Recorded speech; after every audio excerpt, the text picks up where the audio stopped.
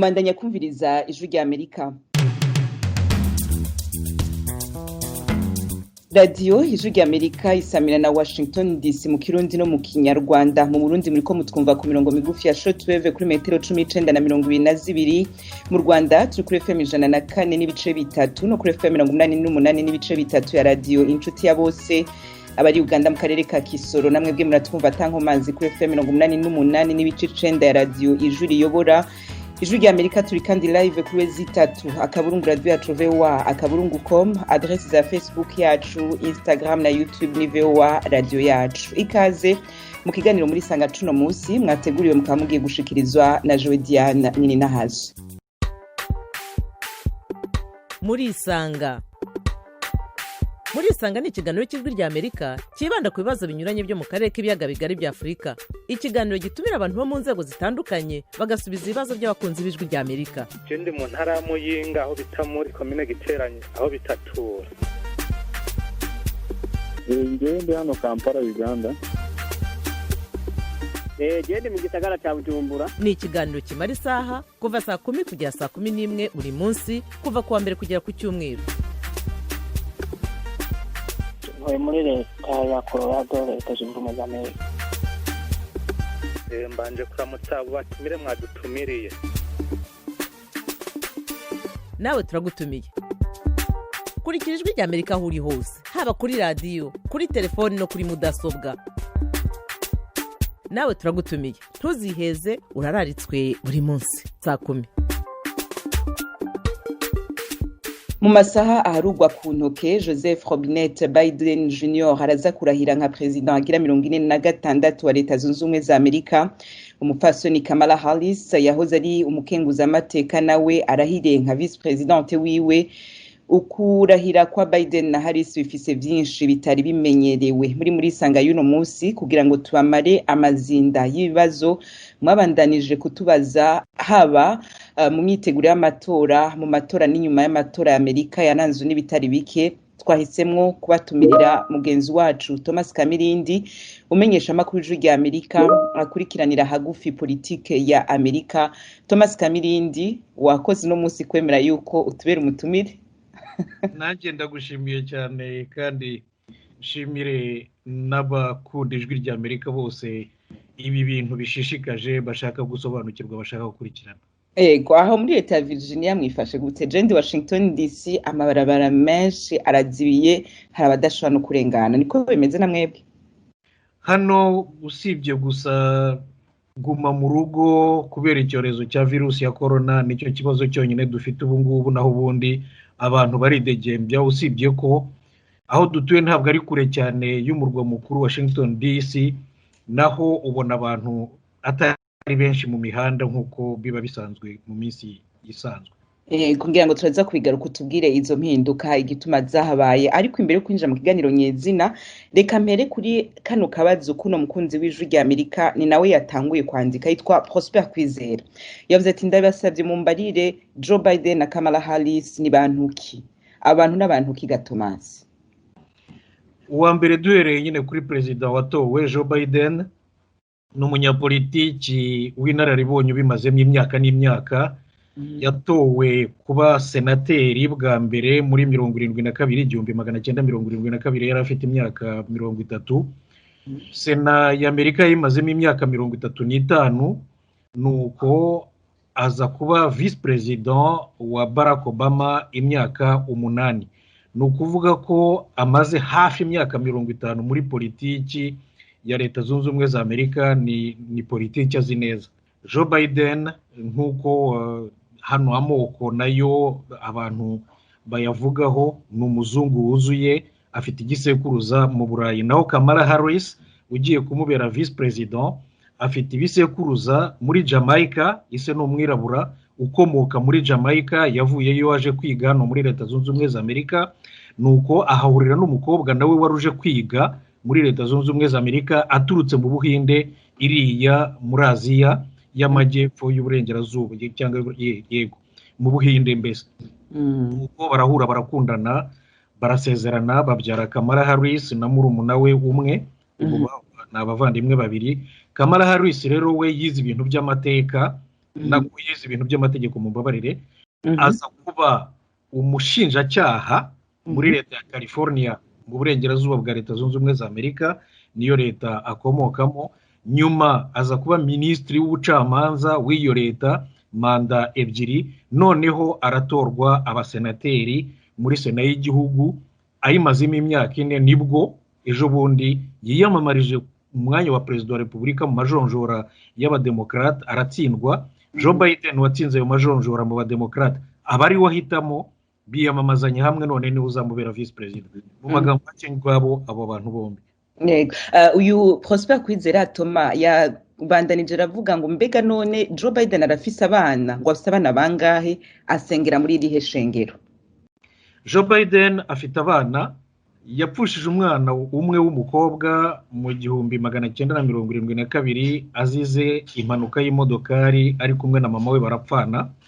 Icyo gihe Joe Biden abahungu be babiri bo bararokoka, baje kuba abagabo, nuko nabo barubaka. Ari kumwe mu minsi ishize, mu myaka 2-3 ishize, bo Biden yaratabarutse yitaba Imana azize kanseri yo mu bwonko. Hanyuma ubwo rero nyine ku mupfasoni we wa mbere, mu Kinyarwanda ku mutegarugori wa mbere, yasigaranye umuhungu umwe, ubu ni umugabo. Ubwo nyine Joe Biden afite n'abuzukuru birumvikana. Joe Biden amaze gupfusha umugore wa mbere yamaze imyaka 4-5 gutyo, aza guhura n'undi muntu w'umutegarugori, nawe barakundana barashyingiranwa, nawe baza kubyarana umwana. Biden rero koko afite abana, ubu ngubu ni 2 basigaye, ariko afite n'abuzukuru, ntabwo nzi umubare wabo, bashobora kuba barenga 9. Hanyuma uyu nawe nyene yabajije abaza kuvya Kamala Harris, yitwa Pascal Kurubone, ati Kamala Harris arubatse, afise abana cyane? Kamala Harris arubatse, afite umugabo nawe wize iby'amategeko, wakoraga umwuga wa avoka, ariko ejo bundi yarabihagaritse kugira ngo mbese yite ku mirimo y'umugore we, amushyigikire mbese mu magambo makeya. Kamala Harris ariko we nta bana afite, ariko umugabo we warabafite. Kamala Harris arabakunda cyane nk'abana be, uburyo yavuze ataba abana ni nk'umutima wanjye wa kabiri, mu magambo make. Urakoze Thomas Kamirindi. Dufise abantu benshi urabizi batwandikiye kuri za Facebook zacu kugira ngo bashobore kubaza ibibazo bitandukanye. Reka rero dutangure tubakure hama babaze ivyo bibazo vyabo. Alexis, kaze ku ijwi ry'Amerika. Yego murakoze kumakaza. Uherereye he Alexis? Uherereye mu Burundi, muri mu ntara ya Rutana. Aho mu Rutana haravugwa make? Aha mu Rutana ni meza, kiretse gusa ko ikiza cya coronavirus aricyo tugize turahimirizwa kwikingira. Akabazo kawe? Ni kibazo kijanye n'aya matora aheze muri leta zunze ubumwe za Amerika. Byagaragaye neza ko atasaye n'ayandi yo mu myaka yaheze, kubera habaye ibintu by'akajagari, kujya kuntu uwahahora Trump atigeze yemera ko amatora yabaye, ko yoba yatsinzwe, ariko bisunze amategeko bakagerageza gukurikiza amategeko y'ibyavuye mu matora. Rero nari mfite ikibazo nagomba kubaza ku bijyanye n'uwo agiye gutwara, n'uwo yanse kwemera ko yoba yatsinzwe. Ubwo amaze kurahiraho akamara kajya ku butegetsi, uwo yanse kwemera ko yoba yatsinzwe ntashobora kuzoguma azarateza ibintu by'akajagari bizotuma uwo yatowe kandi azoba ariko aratwara, bituma ashobora atoroherwa mu gutwara kwiwe kwa Amerika. Akabazo kanje karako. Urakoze cyane gose Thomas. Alexis, ibyo ngibyo uvuze ni impungenge abantu benshi bafite, ariko rero hano muri leta zunze ubumwe za Amerika itandukanyirizo ry'iki gihugu n'ibindi bihugu nuko hano inzego z'ubutegetsi zirusha imbaraga umuntu ku giti cye. Uwahoze ari perezida Donald Trump nibyo yanze kwemera ko yatsinzwe amatora, ararega mu nkiko, ariko inkiko zikamwereka yuko adafite ukuri, mu gihe atashoboye kwerekana ibimenyetso nyabyo koko yibwe amatora. Aratsindwa, arabyemera. Yego ubu ngubu bamurega ko yashatse guteza akaduruvayo mu nteko ishinga amategeko hariya Capitol kugira ngo atera akaduruvayo abashinga amateka n'abasenateri barimo bemeza insinzi ya Joe Biden babiburizemo abo bantu be barabimurega barabimuhaniye kubera ko ikirego cyabyo abashinga amateka bamushyizeho kizajya muri sena mu minsi iri imbere, sena ihinduka urukiko imuburanishe, natsindwa bazamuhana. Hari uburyo bazamuhana, hari uburyo amategeko ateganya guhana. Noneho rero kuvuga ko yateza akaduruvayo, impungenge zirahari, ariko rero hano itegeko nshinga ryemerera buri wese kuvuga icyo ashaka ku buryo ashaka. Icyangombwa ni uko atateza imidugararo, mbese ngo amenagura ibintu cyangwa se ahohotera abantu. Urenze ubwo burenganzira we amategeko aramukurikirana. Amahirwe dufite hano muri Leta Zunze Ubumwe za Amerika nyine nk'uko nabikubwiye, ni uko inzego z'ubutegetsi zikurikiza amategeko zikarusha umuntu ingufu. Umuntu w'umutegetsi wese ntabwo yakwitera hejuru ngo aruta itegeko nshinga, ngo aruta andi mategeko, ngo akore icyo ashaka. Ahubwo nibyo bimwereka ko bimuruta bikurikije inzego zibishyira mu bikorwa. Mu magambo make nibyo ngibyo azateza akaduruvayo nibyo, ariko abazabikora amategeko azabahana.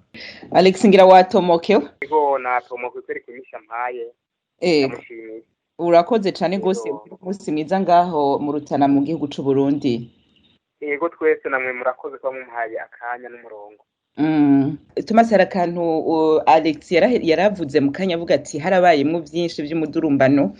Ni naco kibazo witwa Quincy Smith yatwandikiye kuri Facebook agira ati none Joe Biden azoca ahana President Trump abaye umukuru w'igihugu, hanyuma azoshobora guhindura ivyo Donald Trump yashize muri ico gihugu amategeko atandukanye. Akandi kabaza ati none ko ashaje azoshobora gutwara igihugu neza nka Obama. Wo kwishura uwo mukunzi w'ijwi ry'Amerika Gatoma. Reka duhere kuri iki kibazo cyo guhana. Perezida wa Repubulika wa hano ntabwo ahana. Ahana amategeko n'inzego zishinzwe kuyashyira mu bikorwa, ni ukuvuga inzego z'ubucamanza, inzego z'ubutungane. Hano Perezida wa Repubulika ntabwo ashobora gufata icyemezo ngo genda gufunze. Ibyo ntibibaho. Hakurikizwa amategeko. Abantu umuprocureur akarega, mbese procureur n'umushinjacyaha mu Kinyarwanda, niwe ufite ububasha n'uburenganzira habwa n'amategeko bwo kujyana umuntu mu nkiko iyo amukekaho icyaha. Urukiko narwo rukaba ari rwo ruhamya umuntu icyaha. Ariko nk'uko twari tumaze kubivuga na Alex, nanone mu rwego rwa politiki hari inzego zishinzwe guhana. Muri urwo rwego kuko Trump yabaye perezida, ubu hari ikirego kimuriho abashinga amateka bemeje muri uku kwezi kwa mbere umwaka wa 2021, bisubiramo bazakijyana muri sena. Sena niyo yonyine izamucira urubanza noneho, kuko icyo bakimureze akiri perezida. Niyo rero izamucira urubanza noneho icyaha nikimuhama. Hagati aho ngaho nyine icyo cyaha bamurega, abashinga amateka bamurega ko yashishikarije abaturage kugumuka no kujya gusenyagura no kwiba, gusahura mu nteko ishinga amategeko Congress. Icyo cyaha rero sena nihinduka urukiko ikakimushinja ikakimuburanisha agatsindwa, niyo yonyine izamuhana. Ariko ubu Trump guhera ku itariki ya 20 y'ukwa mbere, mbese muri uyu mugoroba saa moya y'ijoro mu Rwanda no mu Burundi, ntabwo aba akiri perezida wa Repubulika. Ni ukuvuga arabaye umuturage usanzwe. Aramutse hari icyaha akoze, ni inzego z'ubucamanza zisanzwe zamukurikirana, ntabwo ari perezida Joe Biden. Noneho ese Joe Biden ashobora guhindura bimwe perezida Trump yasizeho? Yego, birashoboka. Hari nk'amabwiriza, amateka, ibyo bita decret Gifaransa, Donald Trump yasize, tuvuge nko mu byerekeranye n'abimukira. Hari nk'abantu bo mu bihugu akenshi bituwe n'Abarabu n'Abayisilamu. Perezida Trump yashyizeho itegeko avuga yuko abakumiriye batagomba kwinjira mu gihugu uko ku buryo bworoheje. icyo ngicyo ni urugero rumwe. Joe Biden yavuze yuko azarikuraho. Perezida Trump yakuye Leta Zunze Ubumwe za Amerika mu masezerano yo kurwanya ubushyuhe bw'isi, mbese amasezerano arengera ibidukikije y'i Paris. Perezida Joe Biden yavuze ko Leta Zunze Ubumwe za Amerika azazisubiza muri ayo masezerano. Perezida Trump yakuye Leta Zunze Ubumwe za Amerika mu masezerano yo mu 2015, ibihugu by'ibihangange bitandatu, Leta Zunze Ubumwe za Amerika, Ubwongereza, Ubufaransa, Ubudage, Uburusiya, Ubushinwa, bagiranye na Irani ibibazo bya nucleaire bya Irani, batinya yuko yakoresha uranium ikayiyungurura neza kugera ku rwego rwo gukora intwaro kirimbuzi, bombe atomique. Amasezerano yari agamije gukumira Irani kugera kuri urwo rwego rwo gukora intwaro kirimbuzi, mu Kirundi bayita intwaro ruhonyanganda. Nuko Irani hagati aho ngaho nayo ayo masezerano yemereraga yuko igomba gukurirwaho ibihano yashyiriweho n'amahanga na ONU. Joe Biden yavuze yuko Leta Zunze Ubumwe za Amerika zizasubira muri ayo masezerano. Mu magambo make, hari ibyo koko Joe Biden ashobora guhindura President Trump yasizeho. Ibyo bintu ni amateka, donc décret, niko byita mu Gifaransa, ntabwo ari amategeko, loi. Iyo itegeko ryanyuze mu nteko ishinga amategeko, mu bashinga amateka no mu bakenguza amateka, hanyuma Perezida wa Repubulika akarishyiraho umukono, ryo ntabwo umukuru w'igihugu ashobora kurikuraho adakoresheje irindi tegeko ririsimbura, naryo riri muri izo nzira zose. Amategeko rero tuvuge nk'ayo narebana n'amatagisi Trump yasizeho, Joe Biden ntabwo ashobora kuyahindura kereka ashyizeho irindi tegeko naryo rikanyura mu nteko ishinga amategeko, abashinga amateka bakaryemeza, nawe rero akarishyiraho umukono. Mu magambo make, hari ibyo ashobora gukuraho, hari n'ibyo adashobora gukuraho.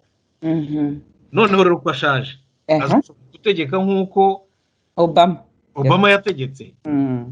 Icya mbere, baratandukanye, buri muntu aba atandukanye n'undi, buri muntu aba afite uko yitwara gutandukanye n'ukundi muntu, ntabwo rero bashobora kuzategeka kimwe duhereye aho ngaho ku buryo batandukanye. Imyaka ntabwo ari ikibazo, imyaka ntabwo ari ikibazo na gato. Yego niwe perezida wa mbere na mbere utowe akuze gutya muri Leta Zunze Ubumwe za Amerika, afite imyaka 78, ariko ntabwo imubuza gutegeka, cyane cyane yuko ategekana n'abantu benshi. Kamala Harris bazafatanya gutegeka, aracyari muto cyane, afite imyaka 56, n'abandi bajyanama be nabo benshi baracyari batoya. Twavuga nk'uzamubera Minisitiri w'Ububanyi n'Amahanga, Secrétaire d'État, nawe aracyari muto, n'abandi. Ntabwo perezida ategeka wenyine, azabishobora rero, ariko imitegekere ye ntabwo twavuga ko izaba nk'iya Obama, usibye ko bizaba bisa ukuntu hari aho bihurira, kubera ko hari abantu benshi bakoze mu butegetsi bwa Perezida Obama. Joe Biden yagaruye, Sena nibemeza, hari abantu bavuga ahubwo yuko ari manda ya gatatu ya Obama izabishya. Hari abavuga gutya, ariko usibye ko atari byo. Tuzahera aho ngaho ukuntu abantu benshi bazagaruka mu butegetsi barabuhozemo, kandi icyo gihe birumvikana kubera ko Joe Biden yabaye Visi Perezida imyaka 8, icyo gihe abo bantu arabazi neza, azi imikorere yabo. Mu magambo make rero, yego hari aho bishobora kuzahurira, ariko rero bizaba bitandukanye imitegekere ya Joe Biden n'iya Obama. None Thomas, tugarutse kuri ka kabazo ka mbere kuko ari yabajije nimba Biden yoshobora guca atamuri yompi Trump, hoho Sena ikaramuka imushize ku ivyo vyaha ikavyemeza, ashobora gutabwa muri yompi kandi yahoze ari umuperezida, ari wahoze ari umuperezida? Oya, byo ntaho bihuriye n'iby'inzego z'ubucamanza. Ibihano bazamuha bizaba biri mu rwego rwa politiki. Ese mu magambo makeya, ikirego ku mukuru w'igihugu kinyuze hariya mu nteko ishinga amategeko, mu Cyongereza bita impeachment, igihano cya mbere bamuha ni ukumukura ku butegetsi. We rero ntabwo akiri ku butegetsi, ntabwo bazabumukuraho, ahubwo bashobora kumuhanisha ibindi, tuvuge nko kumwangira kuzongera kwiyamamariza umwanya uwo ari wo wose mu butegetsi bw'igihugu. Donc ntazongere kwitoresha mu buzima bwe bwose busigaye, ntazongere kwemererwa kwitoresha.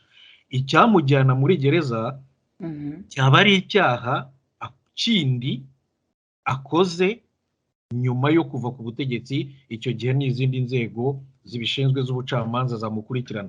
Nayo kiriya aregwa ubu ngubu cyo kugumura abantu ntabwo ari icyaha gishobora kumujyana muri gereza, ni icyaha cya politiki, n'igihano icyo cyaha nikiri muhama, n'igihano bazamuha kizaba ari icya politiki.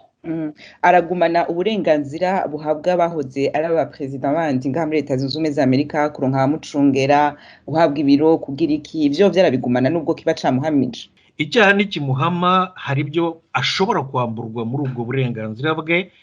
Abantu bize iby'amategeko ya hano, mu byo nasomye, abo naganiriye nabo, bavuga yuko ntabwo ariko bizagenda neza, ariko birashoboka ko hari uburenganzira bwe bamwambura. Ubwo burenganzira bashobora kumwambura burimo pension, ni ukuvuga ni nk'umushahara mbese uwahoze ari umukuru w'igihugu ahabwa buri kwezi ubuzima bwe bwose, bashobora kubimwambura. Hagati aho ngaho uwo mushahara cyangwa se iyo pension ingana n'iy'umuminisitiri uri mu mirimo ye hano muri Amerika. Ubuzima bwa perezida bwose niko bimera. Bashobora kubimwambura, bashobora kumwangira kumukodeshereza ibiro no kubiha abakozi, kubera ko perezida wacyuye igihe wa hano muri Leta Zunze Ubumwe za Amerika, leta imukodeshereza ibiro ikamuha n'abakozi babyo ubuziraherezo ubuzima bwe bwose. Ibyo ngibyo ashobora kubitakaza, ariko abamurinda bo azabagumana. Ntabwo bashobora kubamwambura, ariko bashobora kuvuga ati simbakeneye, icyo gihe leta koko yabasubirana, nk'uko perezida Nixon yigeze kubanga, hanyuma barabatwara, yishakira be bamurinda, ntabwo yarindwaga n'abantu ba leta. Mu magambo make n'utwo ngutwo hari twashobora gutakaza, hari n'utwo azagumana. Nuko Thomas Kamirindi urakoze. Ka twakire na Irambona ku yindi murongo wa telefone. Irambona, ikaze ku Ijwi ry'Amerika. Muragize neza, ndagize mwiriwe. Uherereye ga Irambona? Mbereye ahantu bita Cape Town, South Africa, muri Afrika y'Epfo. Aho South Africa avuga maki? South Africa ni sawa. Corona gusa, izi ndwara za corona nizo ziturembeje, batwuganiye mu mazu tutishira ngo twizana, ariko turaho kweri turamigana n'ubuzima uko nyene buhoro buhoro. Nk'uko tuvyumva ku isi yose ari uko ariko bimeze. Ni hose nta kundi no guca mubandanya mwikingira. Akabazo kawe? Nagomba kubaza kwihinduka ry'umukuru w'igihugu ariwe yahora atwara Amerika, Donald Trump, ko mbona ko atagateka cyangwa agaciro yahesheje umwirabure muri Amerika, yuko n'ubundi ariko azoza bigenza nk'uko mwe muri mbere mwoba mubibona cyangwa mubyibaza. Ikigira kabiri nashaka kubaza ku kijyanye nk'abirabure kare abimukira barimukira muri Amerika, ariko ubu ntibakijyayo. Sinzi rero uko mwobisigurira uko bizoba bimeze. Reka mugenzi wacu Thomas Kamirindi yishura utwo tubazo. Thomas, mikoro ni gwawe. Irambona, umwaka mwiza. Murakoze twese, namwe umwaka mwiza. Ikibazo cyawe nimba nyumva neza ni ikibazo cy'abimukira cyangwa ni icy'abirabura hano muri Leta Zunze Ubumwe za Amerika? Ni icy'abimukira bivanye n'abirabure ko atagaciro mbona umenga barahawe muri icyo gihugu nyene. Irambona, hari utuntu tubiri nyine ku byerekeranye n'abirabura hano muri Leta Zunze Ubumwe za Amerika, bo bari mu bantu bafite amateka maremare nawe uzi, banyuze mu bucakara, hanyuma banyura mu bibazo by'ivanguramoko, baharanira uburenganzira bw'umuturage uwo ari we wese. Byinshi babigezeho, ubu ngubu amategeko arabarengera. Nubwo ibintu by'ivanguramoko bigihari, ntabwo biri kuri perezida Trump gusa, ntabwo biri kuri runaka cyangwa nyiranaka umwe gusa. Ni ibibazo biri mu gihugu hano muri Leta Zunze Ubumwe za Amerika, ariko amategeko akagenda abikumira, agabanya ubukana bwabyo, ku buryo uhohoteye undi amategeko aramuhana. Ibyo ngibyo ni intambara iruhoraho, ni urugamba ruhoraho, buri muntu wese aho ari guharanira uburenganzira bwe. Abirabura niko bimeze, baracyabuharanira n'ubu ngubu. Mu magambo make rero, perezida Trump, mu byo abaturage bamurega bamwe na bamwe, ni benshi ariko n'abanyapolitiki batavuga rumwe nawe, nuko yateje amacakubiri mu gihugu. Ariko iyo urebye neza iki gihugu ayo macakubiri ntabwo ari Trump wayazanye, amacakubiri yarahari, ahubwo we yaje avuga ibintu ku mugaragaro abandi badatinyuka kuvuga, yaje akora ibintu abandi badatinyuka gukora. Ariko ibyo bibazo byari biriho, n'ubu ngubu arabisize nyine, yego avuye ku butegetsi, bizahoraho, ni urugamba ruhoraho, uburenganzira buraharanirwa buri gihe, ntabwo ari abirabura gusa, n'abandi bo mu yandi moko, abantu baturuka muri za Aziya, abantu baturuka mu bihugu by'abayisilamu bakomoka aho ngaho bafite ubwenegihugu, nabo ntukeke yuko bumva banezerewe, kubera ko hano muri Amerika nigeze kwikoraho ikiganiro cyitwa ngo abazungu bumva ibintu byose ari ibyabo. Ni kwa kundi mu bihugu byinshi usanga hari agatsiko k'abantu, hari igice cy'abantu runaka bumva ko ibintu byose ari ibyabo, bumva ko aribo bafite uburenganzira kurusha abandi baturage. Ibyo ngibyo na hano muri Amerika birahari, ntabwo ari kubirabura gusa. Icyo ni kimwe. Icya kabiri noneho kubimukira, twigeze kubikomozaho, nibyo hari amadekre, iteka mu kinyarwanda niko tubyita, perezida Trump yashyizeho rikumira abantu bamwe na bamwe, abenshi bakomoka mu bihugu byiganjemo abayisilamu. Ibyo ngibyo perezida Joe Biden avuga ko azabikosora. Ariko rero ibyo perezida Trump yakoze bimwe na bimwe, yego hari abantu babikemanga, batabyemera, babinenga, nibyo. Ariko Amerika burya ifite uwo mwihariko wo kwakira abimukira no kubanga. Buri mwaka Leta Zunze Ubumwe za Amerika yakira abimukira baje banyuze mu nzira nyazo zemewe n'amategeko. Zimwe ni tombora ya green card, izindi ni uguhunga, umuntu akaza ari impunzi, hari abo bajya no gutora mu bindi bihugu b'impunzi bakabazana ubwabo. Ibyo ngibyo abantu banyuze mu nzira z'amategeko, Leta Zunze Ubumwe za Amerika yemera byibura 50,000 buri mwaka. Ariko hari abandi bantu benshi, amamiliyoni bari muri iki gihugu bahari batabyemerewe n'amategeko, badafite impapuro, ibikaratasi byemewe n'amategeko. Abo ngabo bamwe na bamwe ni ibintu bihoraho, bahora babafata bakabafunga, abandi bakabasubiza mu bihugu byabo, abandi bakabakumira ku mipaka, ni ukuvuga ku mbibi z'igihugu, kugira ngo batinjira, cyane cyane abaturuka muri Amerika yo hepfo bita Amerika Latina. Wumvise ibintu by'urukuta perezida Trump yubatse hagati ya Leta Zunze Ubumwe za Amerika na Mexique. Mu by'ukuri ntabwo ari perezida Trump watangiye urwo rukuta. Perezida George Bush muto nawe yubatse urukuta rw'ibirometero 385 ku mupaka wa Leta Zunze Ubumwe za Amerika.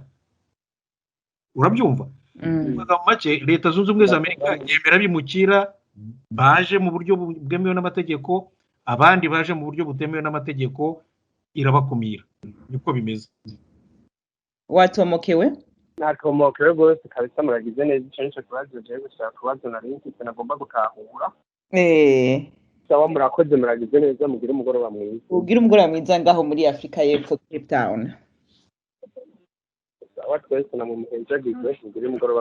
Nuko rero Thomas Kamirindi, mu masaha make cyane azari nko mu masaha moya ku masaha y'u Rwanda n'u Burundi, igihugu kizoba kiramutswa Biden, Trump nawe azoba atakiri perezida wa Leta Zunze Ubumwe za Amerika. Bavuga ko aza kuva uno munsi mu ngoro yiwe, mu kuyahora ari ingoro yiwe Trump. Niko biri canke yahavuye ejo? Bigenda gute? Babisikanya gute? Bararonka umwanya wo gutegura iyo ngoro nimba aza kuhava uno munsi nyene Gatoma? Yego, araza kuhava, agende ajye gutura mu nzu ye bwite, mu rugo rwe bwite. Numva abanyamakuru bavuga yuko ashobora kujya muri leta ya Florida, mu majyepfo ya Leta Zunze Ubumwe za Amerika, aho afite urugo. Ariko arava koko muri Maison Blanche. Gusa babanje kuvugaho yuko ngo ashobora kwanga kuva muri Maison Blanche. Hanyuma abahanga mu by'amateka, mu by'amategeko baravuga bati erega nubwo atahava ntabwo ari ikibazo. Leta Zunze Ubumwe za Amerika kwitegeka ntabwo bikeneye ko perezida aba yicaye cyangwa akorera muri Maison Blanche. Hari ahantu henshi handi ashobora gukorera. Kandi ntabwo Trump yari kuhaguma atakiri perezida, kubera ko si inzu ye, ni inzu ya leta. ni ukuvuga icyo gihe leta yari gukoresha ingufu zayo ikamukuramo nk'umuntu uri ahantu hatemerewe kuba. Ibyo ngibyo abantu bize iby'amategeko barabivuga ko iyo aza koko kwanga kugenda leta ari kuhamukura ikoresheje ingufu zayo kandi ikoresheje amategeko.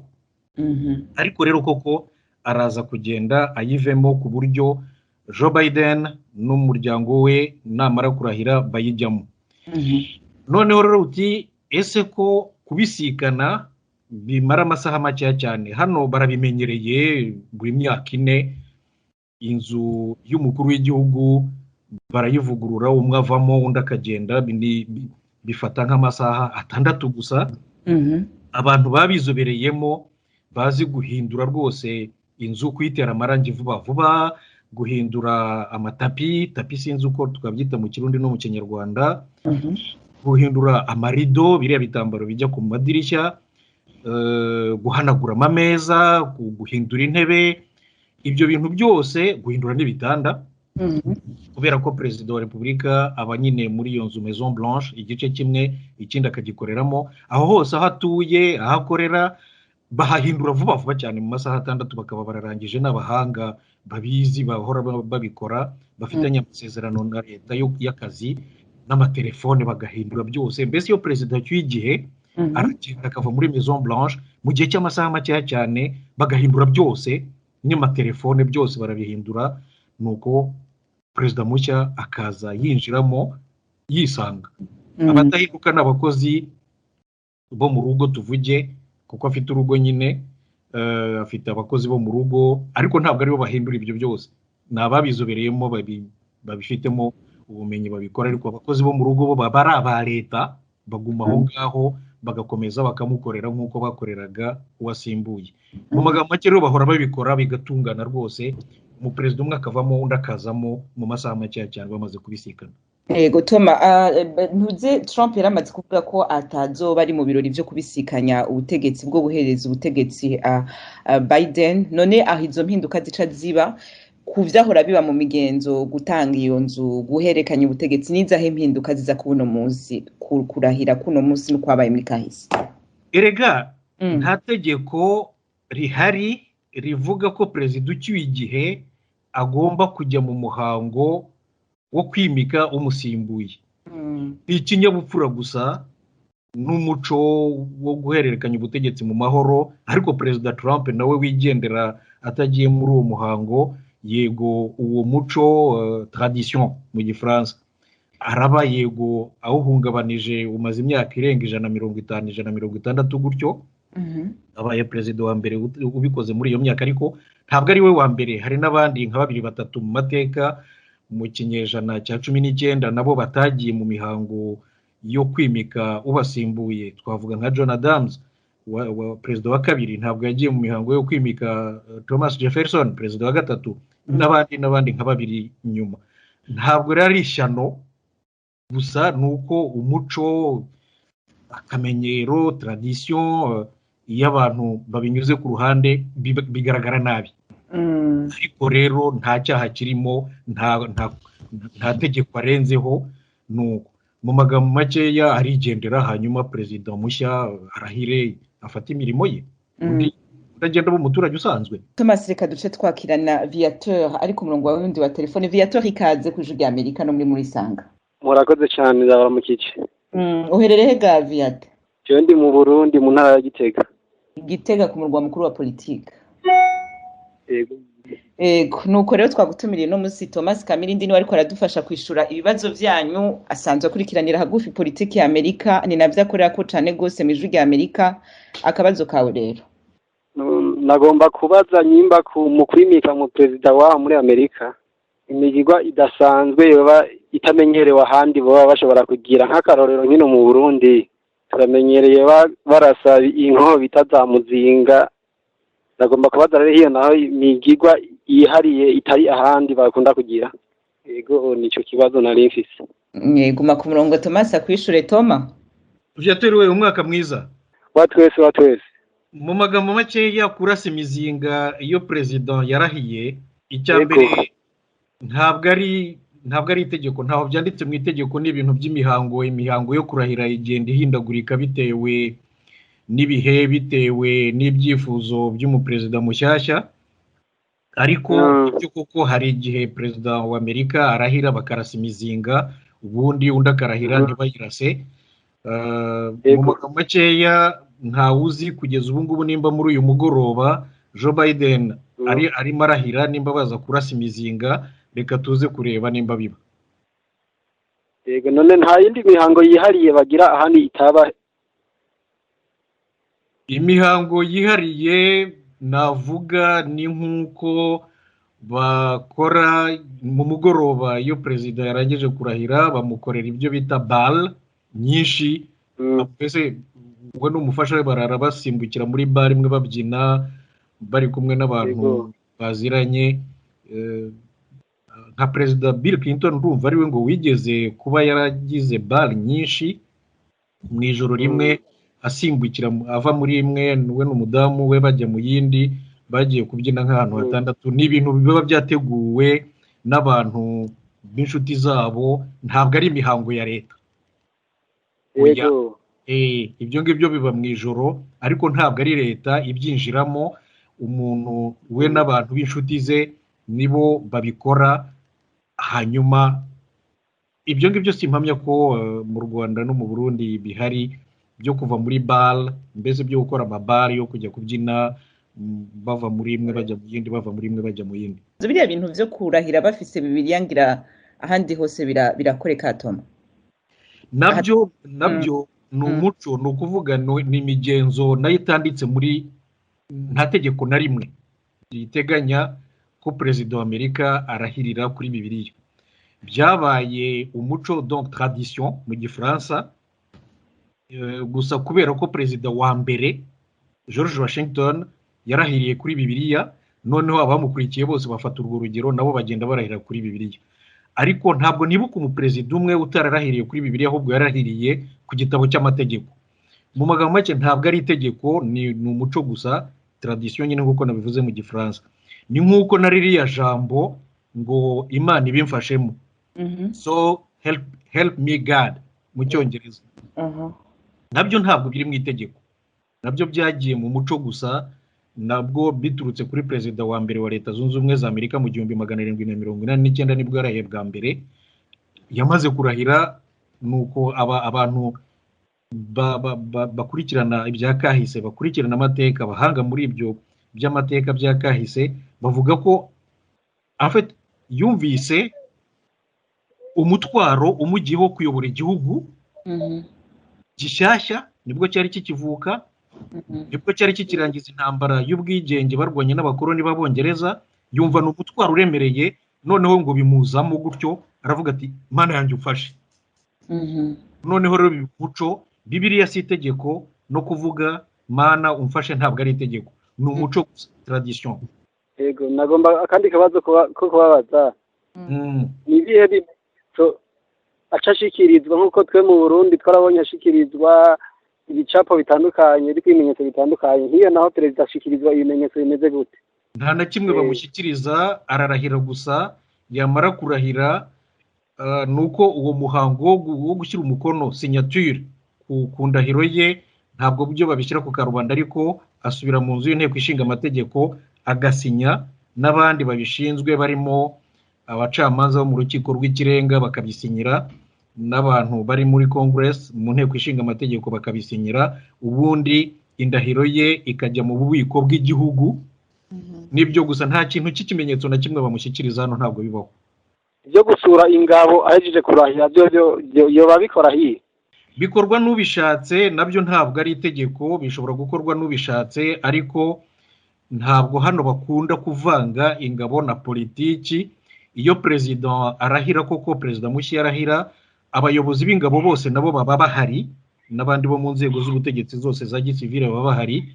Ntabwo ari ngombwa ko perezida ajya gusura ingabo, bishobora kubaho ariko akenshi ntabwo bikunda kuba.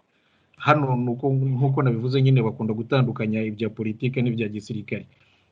Ariko rero nk'ikimenyetso cyerekana ko perezida mushya yubashye ingabo agiye gutegeka, kubera ko niyo mukuru w'ikirenga wazo, nk'ubu ngubu urugero perezida Biden namara kurahira uyu munsi aho ngaho mu Burundi bwo biraba ari nijoro nibyo bibare ararahira saa moya y'ijoro hano biraba ari saa sita y'amanywa bateganya yuko muri gahunda aza kurangiza kurahira we na madamu we n'abaperezida bandi batatu bacyuye igihe Bill Clinton, George W. Bush na Barack Obama n'abadamu babo baza kumuherekeza bakajya gushyira indabyo ku mva y'umusirikare utazwi bakahunama. Ni ikimenyetso gikomeye cyo kwerekana yuko ingabo zifite nyine uruhare mu buzima bw'igihugu k'umukuru w'igihugu mushyashya ugiye kubabera umuyobozi w'ikirenga abubashye abafite ku mutima. Mbese ibyo ngibyo Joe Biden ari bubikore, ariko ubundi gusura ingabo ngo bakore defile kuriya ntabwo bibaho, ntabwo bikunze kubaho. Ahubwo defile zikunze kuba n'iz'abasivili, usibye ko ubu ngubu ntahamya ko biza kuba kubera iki cyorezo cya virusi ya corona, ariko nabwo barateganya yuko hari n'abantu baza kuririmba barimo Lady Gaga, barimo J-Lo nibagiwe amazina Jennifer Lopez urakoze cyane. baraza kuririmba. Mu magambo makeya ntabwo defile z'abasirikare, ntabwo gusura abasirikare ari umuco. hari abakuru b'ibihugu baba batumiwe siritu muri Afurika baba baza kwitaba ibyo birori. Ibyo nabyo ntabwo bibaho hano muri Leta Zunze Ubumwe za Amerika. Perezida nta na rimwe ararahira ngo batumire umukuru w'igihugu cy'amahanga, nta na rimwe biraba. Amerika ifitiye uwo muco wabo, tradition yabo yuko ibintu bya politiki yabo ari iyabo, ntabwo ari ngombwa ko batumira abakuru b'ibihugu runaka, ntabwo birabaho. Urakoze cyane rwose Viateur ubwira umusimiriza ngaho Igitega. Batwese Thomas Kamirindi rero hariho benshi bakomeza kubaza ibibazo bitandukanye, nk'uwitwa Kelly Byicaza Karani atwandikiye ubunye navuga ati nje nifitiye ikibazo kimwe gusa, imodoka Trump yakoreshaga ndi Murundi kaza ariko ndiko ndabisoma mu Kinyarwanda yavyanditse ngo zizajahi nizo Biden azokoresha. Oya, Perezida ucyuye igihe imodoka zimwe na zimwe yakoreshaga ziramukurikira kubera ko leta imwemerera imodokari ubuzima bwe bwose n'abamurinda ubuzima bwe bwose nabo bakoresha imodokari za leta. Zimwe ziramukurikira ariko izindi bazijyana muri musée, nimba ariko nabyita musée, sinzi ukuntu nabivuga mu Kinyarwanda cyangwa mu Kirundi. Musée mbese ni nk'inzu ndangamurage, inzu ndangamateka, ibintu nk'ibyo. Izindi kuko perezida wa Amerika agira imodokari nyinshi cyane barazideklasa, barazimenagura, barazisenya zikavaho. Perezida mushya rero bamuha izindi modokari nshyashya ze bwite, mbese zijyana n'imirimo ye. Ahubwo indege umukuru w'igihugu akoresha zo zihora ari zimwe, iriya ndege bakunda kwita Air Force One, zo ni ebyiri zizwi, usibye ko perezida nanone wa Amerika afite indege nyinshi cyane, ariko indege nini abantu bakunze kuvuga ko ari zo Air Force One ziguma aho ngaho, agakomeza akazikoresha. Za kajugujugu Marine One akoresha zikomeza kuba za zindi, ibintu nk'ibyo.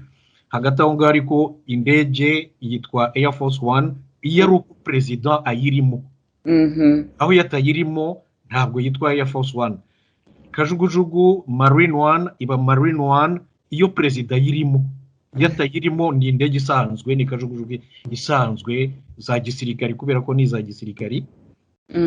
Zifatiye iryo zina one, nimero imwe, nimero ya mbere, ariko perezida yicayemo yakandagiyemo ihita ihindura izina ikaba Marine One cyangwa se ikaba Air Force One. Zo rero arakomeza akazikoresha kubera ko indege zirahenda kurusha imodokari, naho imodokari bamukorera inshyashya. Hama izo babomagura bazibomagura kubera iki Gatoma? Akenshi imodokari perezida wa Amerika akoresha ziba zirimo amabanga menshi, amabanga y'ikoranabuhanga, technology, cyane cyane ko perezida wa Amerika n'umuntu uburinzwe cyane n'imodokari akoresha zigomba kutamenwa n'amasasu yoroshye n'aremereye, zigomba kutinjirwamo na bya byuka by'intwaro z'ubumara cyangwa se z'uburozi, arme biologique et arme chimique. Ibyo byose imodokari iba ikoze ku buryo bitayivogera. Izo tekinoloji rero bakoresha na blindage, mbese ku buryo ibikomeye ayo masasa atayimena, nabyo biba ari amabanga ya gisirikari, biba ari amabanga ajyana n'ubutegetsi bwa perezida. Ibyo byose ntabwo baba bashaka ko bijya hanze. Hanyuma ikindi ni imodokari iba ifite amabanga yerekeranye n'itumanaho.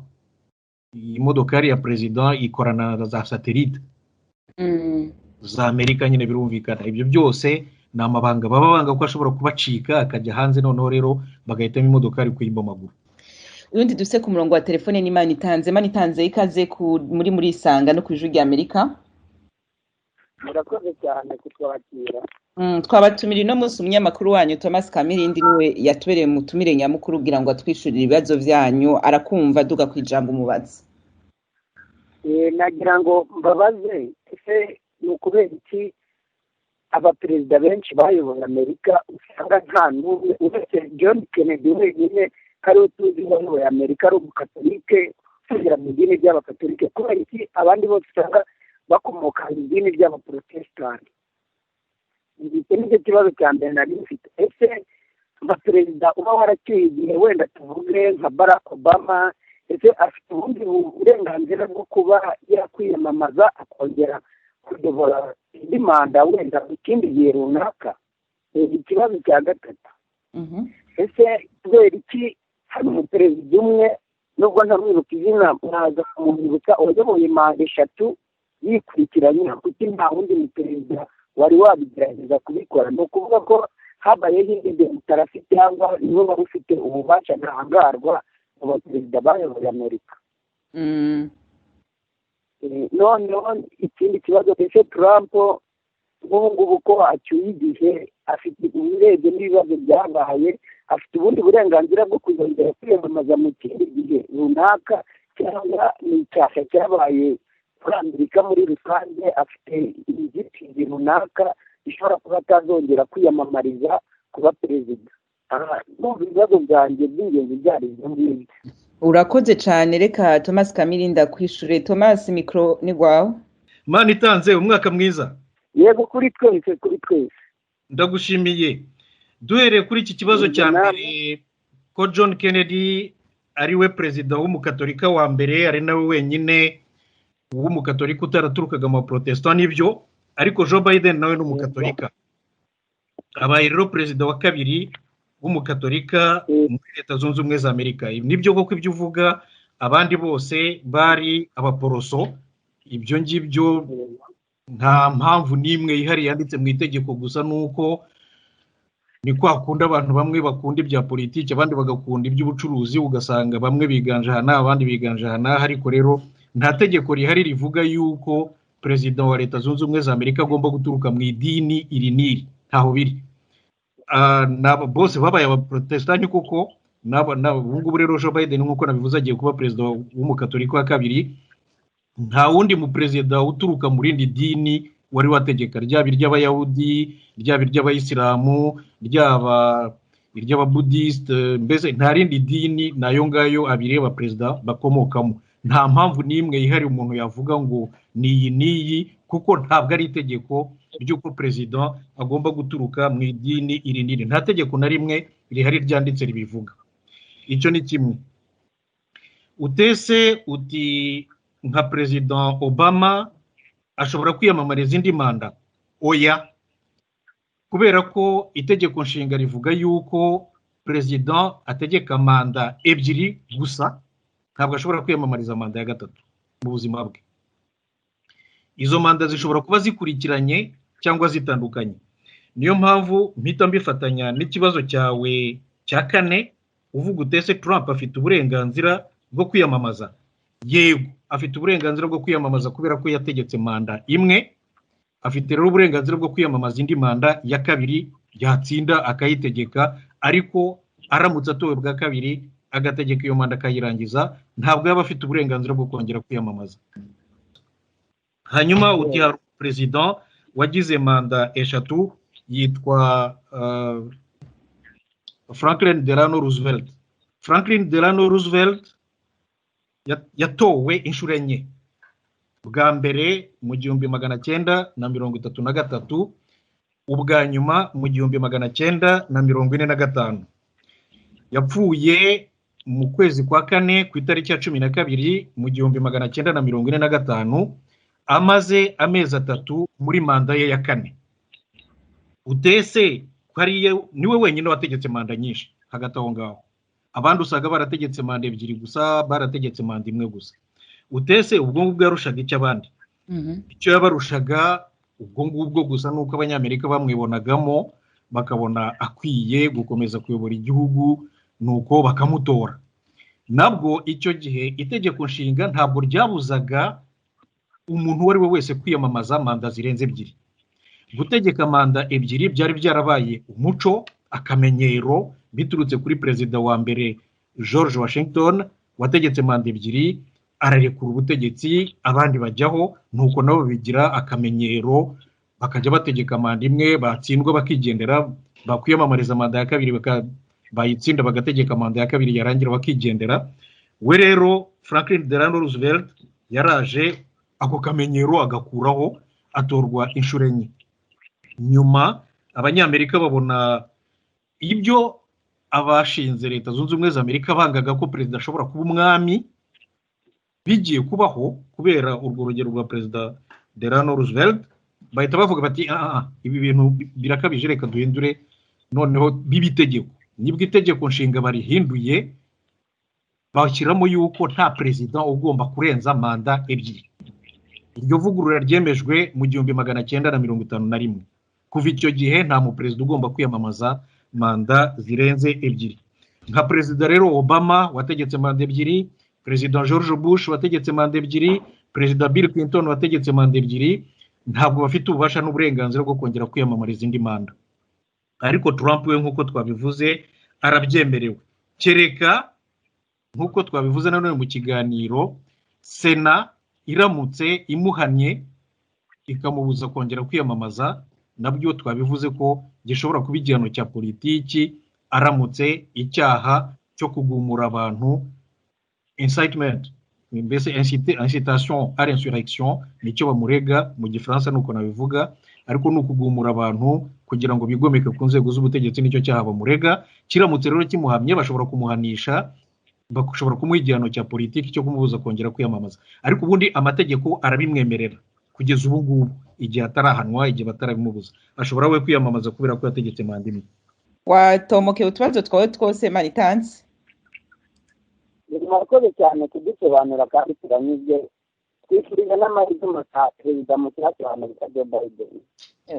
Urakoze cyane, ugira umunsi mwiza ngaha mu Rwanda. Turafise rero na Theogene ku yindi murongo wa telefone. Theogene, ikaze ku ijwi ry'Amerika. Murakoze cyane, ndi hano muri Uganda, aho bakunda kwita mu Kigira. Nibajije utubazo tubiri. Intanga mu bihugu byacu bya Afurika ko tubona abaturage usanga batora perezida, hanyuma bamaze kumwemeza ko yatsinze akarahizwa perezida w'urukiko rw'ikirenga. Muri Amerika ho bigenda bite ko twumva ngo batoye barangije ariko bigatinda bigenda bite? Uko tunagerageza ngo musobanurire. Mu mateka ya leta zunze ubumwe za Amerika nibyo perezida arahizwa n'umukuru w'urukiko rw'ikirenga,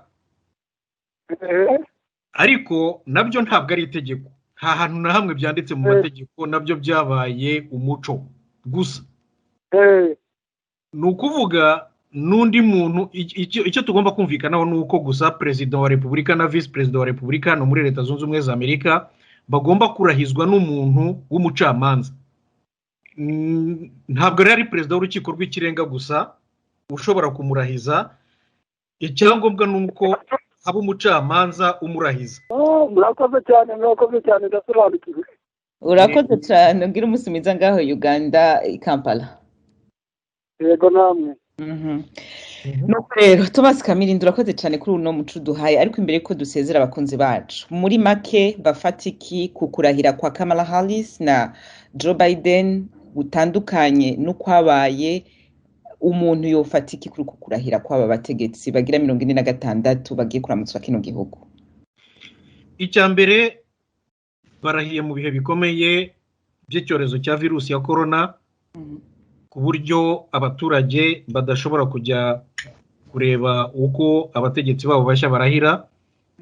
Ubusanzwe ni abantu ibihumbi n'ibihumbi, iyo perezida mushya agiye kurahira bakubita bakuzura ku rubuga runini cyane bita National Mall ruri imbere y'inteko ishinga amategeko, haba huzuye cyane.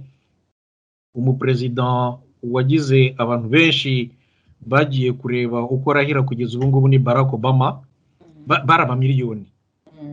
Nuko abo rero ntabwo bazaza, urwo rubuga rurafunze, ahubwo leta yateye amabendera 190 yo kuzirikana abantu bazize COVID-19 no kubereka yuko bashyigikiye basirikana abaturage badashobora kujya kureba uwo muhango.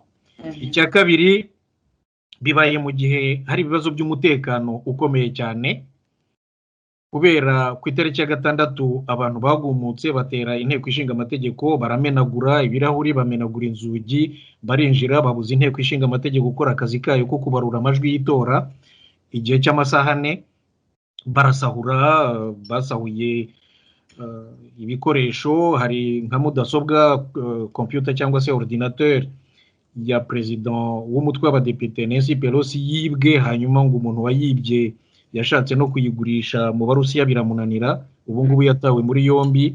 Hari n'ibindi byinshi bamenaguye. Mbese hari icyo kibazo cy'umutekano gikomeye cyane, ku buryo ubu ngubu inteko ishinga amategeko irinzwe ku buryo bwari butarabaho mu mateka ya Leta Zunze Ubumwe za Amerika. Ntabwo ari inteko ishinga amategeko yose, ni igice kinini cyane cy'umurwa mukuru wa Leta Zunze Ubumwe za Amerika, Washington DC, cyabaye mbese cyafunzwe burundu, kimaze icyumweru gifunze, nta muntu ushobora kwinjira aho inteko ishinga amategeko iri, aho Presidence Maison Blanche iri. N'ibintu bigoye cyane, umutekano urarinzwe cyane bikomeye cyane. Abasirikare barenga 25,000 n'abapolisi ibihumbi batabarika baturutse muri DC, baturutse mu nzego zitandukanye za FBI, mu butegetsi bwa za gereza. New York nayo yohereje abapolisi gutera inkunga. Mbese ni abantu benshi cyane bashinzwe umutekano, uko inzego z'umutekano zabonye amakuru y'uko hari abantu bitwaje intwaro bashobora kuza guhungabanya umutekano wo kurahira kwa President Joe Biden. Icyo ni icya kabiri. Noneho mu mateka ndacyo ni ikintu umuntu yavugaho hari, n'ubwa mbere Leta Zunze Ubumwe za Amerika zigize umutegetsi wo hejuru nimero ya 2 vice president w'umudamu, byari bitarabaho. Bikubitiraho yuko n'uwo mudamu noneho afite inkomoko zo mu mahanga, yavukiye muri Leta Zunze Ubumwe za Amerika nibyo, ariko ababyeyi be bose bakomoka mu mahanga, bari baraje hano kwiga, tukabivuzeho. Papa we akomoka muri Jamaica, yaje aje kwiga. Mama we akomoka mu Buhinde, muri Aziya, nawe yaje aje kwiga. Kamala Harris afite uwo mwihariko. Noneho akandi gatoya, nk'uko umwe mu banywanyi b'ijwi ry'Amerika witwa Manitanze yabibajije, Perezida Joe Biden nanone mu mateka niwe perezida w'umukatolika wa 2 ugiye gutegeka Leta Zunze Ubumwe za Amerika nyuma ya John Kennedy, kuva muri 61 kugera muri 63 bamurashe bamwishe. Abantu batamukundaga.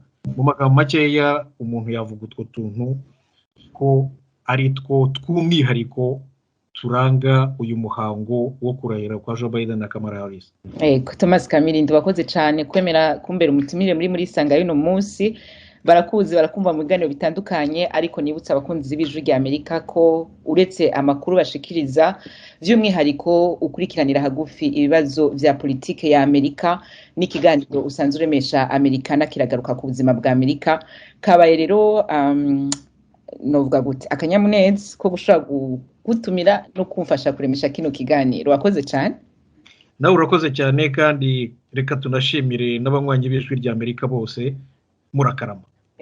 abandi dushimira ni mwebwe mwavyumvise kuri mikro ya Lidiane Nahazwe na Thomas Kamirindi. Mugira umunsi mwiza, mubandanye mukurikirana ivyo kurahira kwa Joe Biden na Kamala Harris. Ikiganiro cari muri Isanga, mushobora kongera gusura kucumva kuri wezi3 akaburungu Radiyoyacu akaburungu.com, kiri kuri YouTube ariyo Radiyoyacu na Facebook yacu nyene, nuko muraza kwihasanga cose cuzuye.